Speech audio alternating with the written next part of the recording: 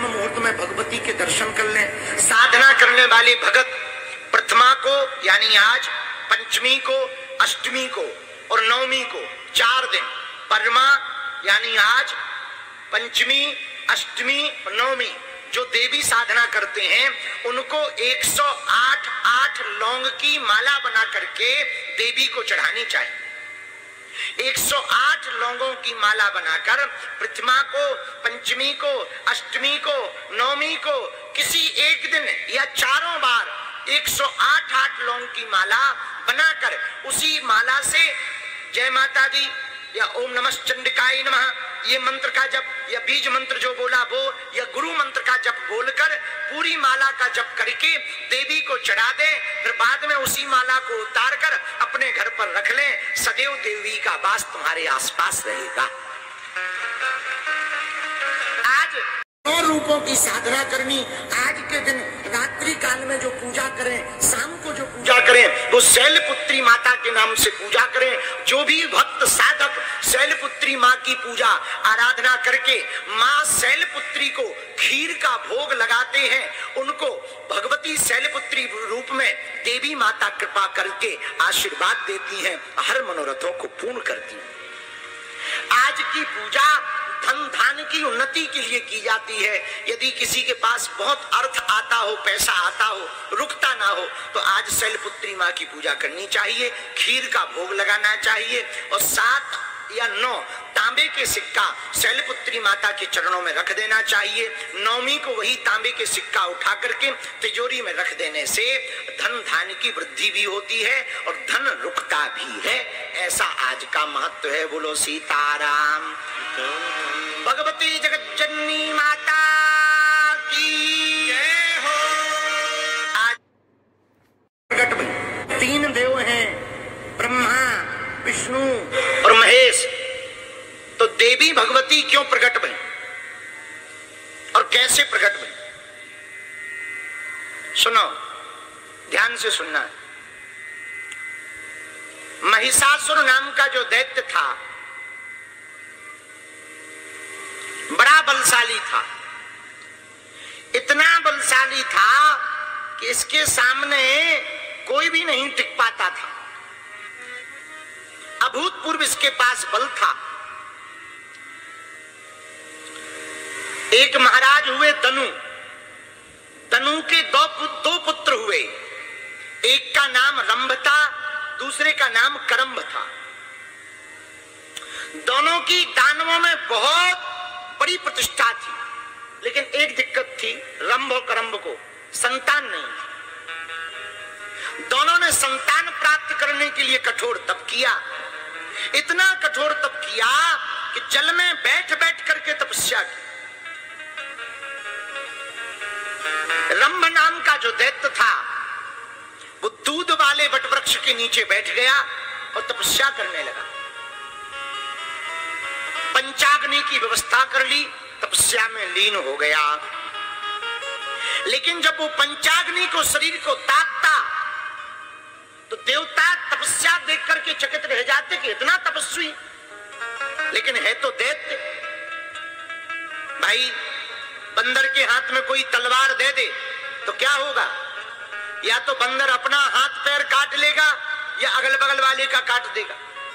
ऐसे ही मूर्ख व्यक्ति को शक्ति देने का मामला होता है।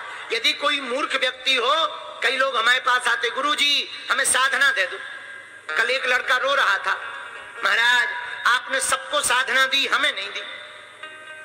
तब हमने उसको तो कुछ नहीं बोला, पर आज जवाब देना चाह रहे। सबको साधना नहीं दी जाती है, सबको शक्तियां भी नहीं दी जाती हैं। पता लगे तुम्हें दे दो, तुम उसका दुष्प्रयोग कर लो, मामला गड़बड़ा जाए। हाँ, जिसके अंदर सहनशीलता ना हो, धैर्य ना हो, तप ना हो, ऐसे व्यक्ति को शक्तियां नहीं देनी चाहिए। एक बात बताओ, जिसे गाड़ी चलानी नहीं आती उसे तुम ट्रक पकड़ाओगे क्या? बोलो, जोर से बोलो।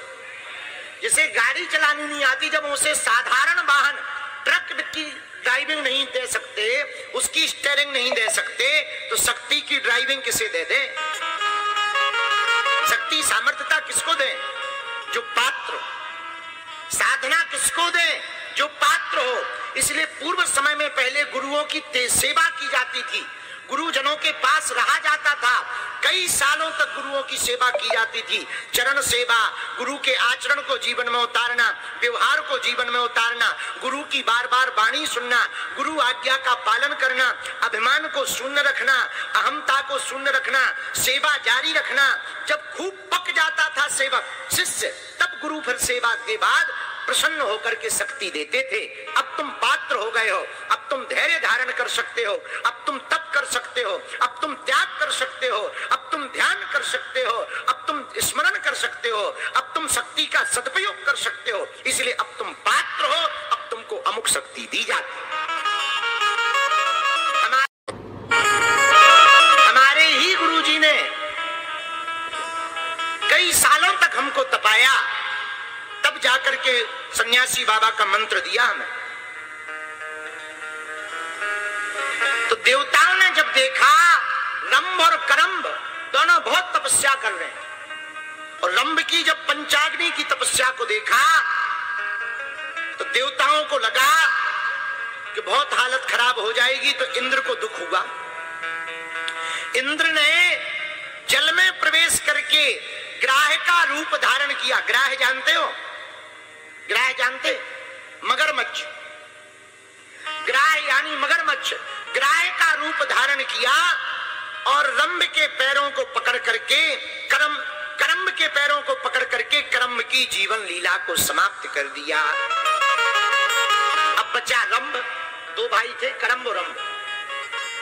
जब रंभ को पता लगा कि हमारा भाई करम्ब मारा गया, हालत खराब है, तो रंभ को बड़ा दुख हुआ, मन बड़ा ग्लानि से भर गया, दुख से बहुत ज्यादा दुखी हो गया।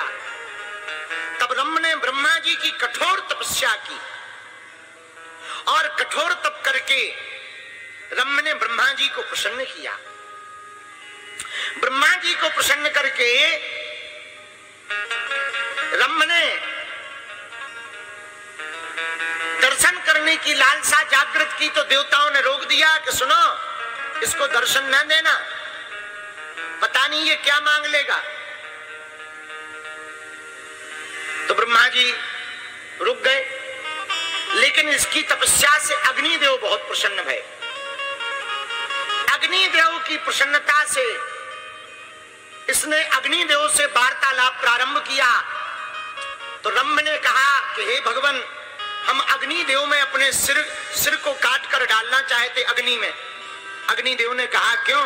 बोले महाराज, हमारा भाई भी चला गया, कोई संतान है नहीं है, ऐसा जीवन जीना बेकार है। बोले तुम मरो ना, हम तुम्हें एक वरदान दे रहे। महाराज आज्ञा दो। अग्निदेव ने महान पराक्रमी सुंदर पुत्र तुमको हो, अच्छा पुत्र तुमको हो, जिसके सामने कोई